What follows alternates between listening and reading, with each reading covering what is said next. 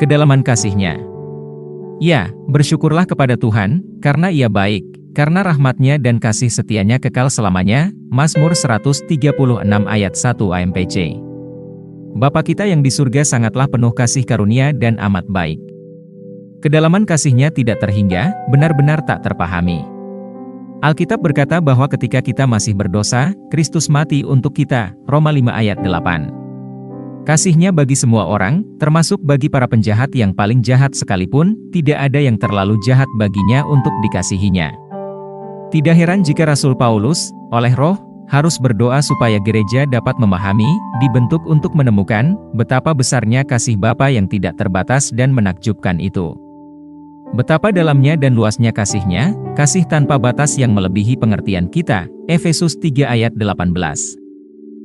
Ingatlah kembali kisah Raja Nebukadnezar. Sebagai contoh, banyak yang hanya mengingatnya sebagai sosok raja yang jahat, atau penguasa jahat. Ini berdasarkan apa yang kita baca tentang kisahnya dalam 2 Raja-Raja 24 ayat 13-16.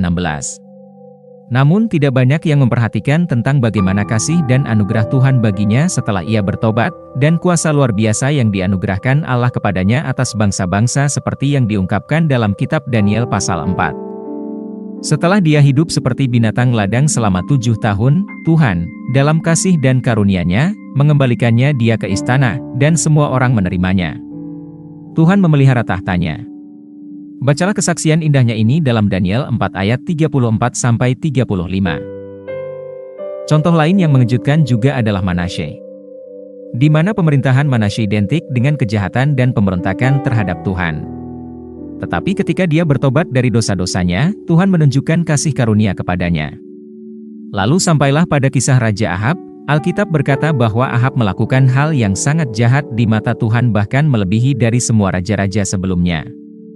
Ahab melakukan hal yang lebih jahat untuk membangkitkan amarah Tuhan, Allah Israel, daripada semua raja Israel yang sebelumnya. 1 Raja-Raja 16 ayat 30-33.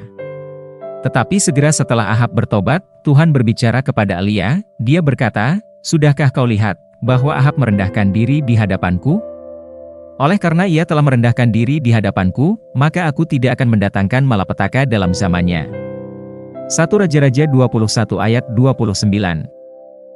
Terkadang, ketika kita berpikir ada orang-orang yang telah melakukan kesalahan serius, lalu kita bertanya-tanya mengapa Allah masih membiarkan mereka.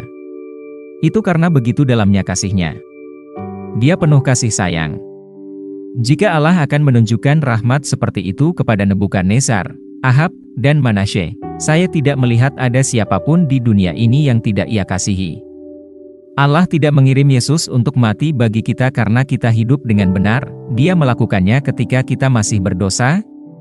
Akan tetapi Allah menunjukkan kasih-Nya kepada kita, oleh karena Kristus telah mati untuk kita, ketika kita masih berdosa. Lebih-lebih, karena kita sekarang telah dibenarkan oleh darah-Nya, kita pasti akan diselamatkan dari murka Allah. Roma 5 ayat 8-10. Mari kita berdoa. Bapa yang kudus dan benar, terima kasih atas kasih-Mu yang besar terhadap umat manusia dan penyediaan keselamatan melalui Yesus Kristus. Kasih ini mendorongku untuk memberitakan Injil kepada yang terhilang, dan mengubah mereka dari pendosa menjadi seorang yang dibenarkan, dan dari kuasa kegelapan kepada kuasa Allah. Dalam nama Yesus, amin.